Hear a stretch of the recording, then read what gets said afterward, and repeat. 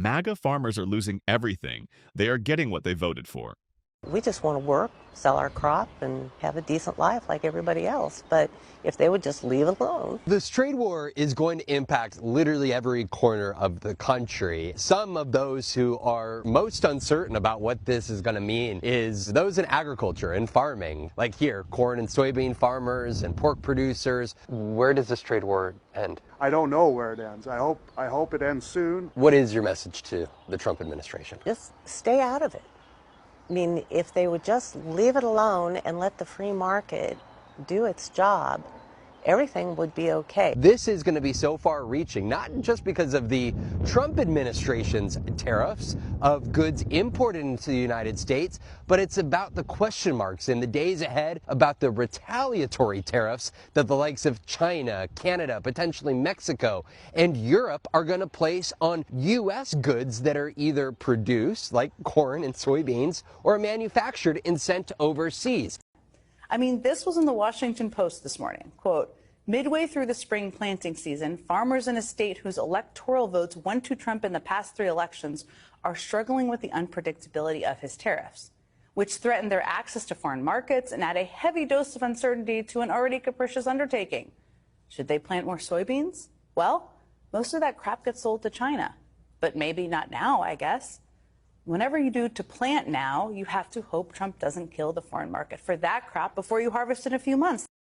China just made a move that could potentially flip the next U.S. election. And here's why. They hit American farmers, and it's actually a genius move. So most people think that tariffs are just about money. But when China slapped tariffs on U.S. agricultural projects, they weren't targeting the economy. They were targeting the next election. Let me break that down. China could have gone after tech, auto, or oil, but instead they hit chicken, beef, soybeans, and pork, because those are the lifelines for rural America and the same regions that delivered Trump to the White House. It's a surgical strike on the swing state farmers in Iowa, Ohio, and Wisconsin, who are now watching their export income collapse.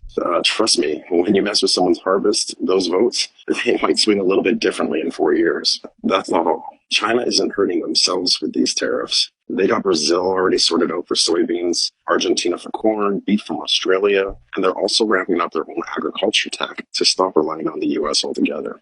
Meanwhile, the American farmers are scrambling to pivot their crops and finding buyers. This isn't just retaliation, it's a surgical move that focuses on the long game.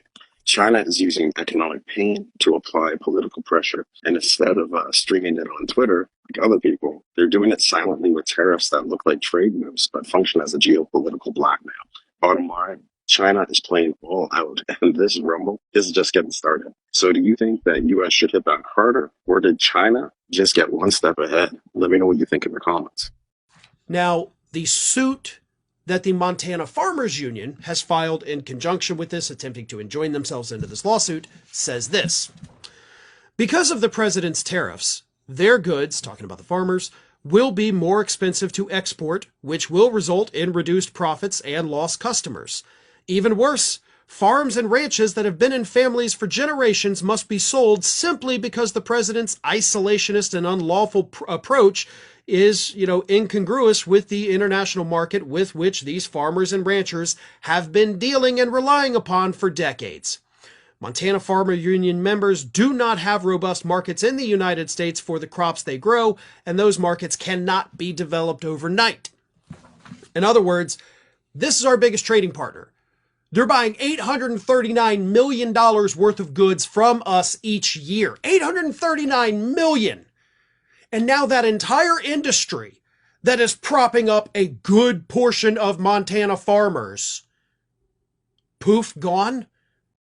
I mean, this was in the Washington Post this morning. Quote, midway through the spring planting season, farmers in a state whose electoral votes went to Trump in the past 3 elections are struggling with the unpredictability of his tariffs, which threaten their access to foreign markets and add a heavy dose of uncertainty to an already capricious undertaking. Should they plant more soybeans? Well, most of that crop gets sold to China, but maybe not now, I guess. Whenever you do to plant now, you have to hope Trump doesn't kill the foreign market for that crop before you harvest in a few months.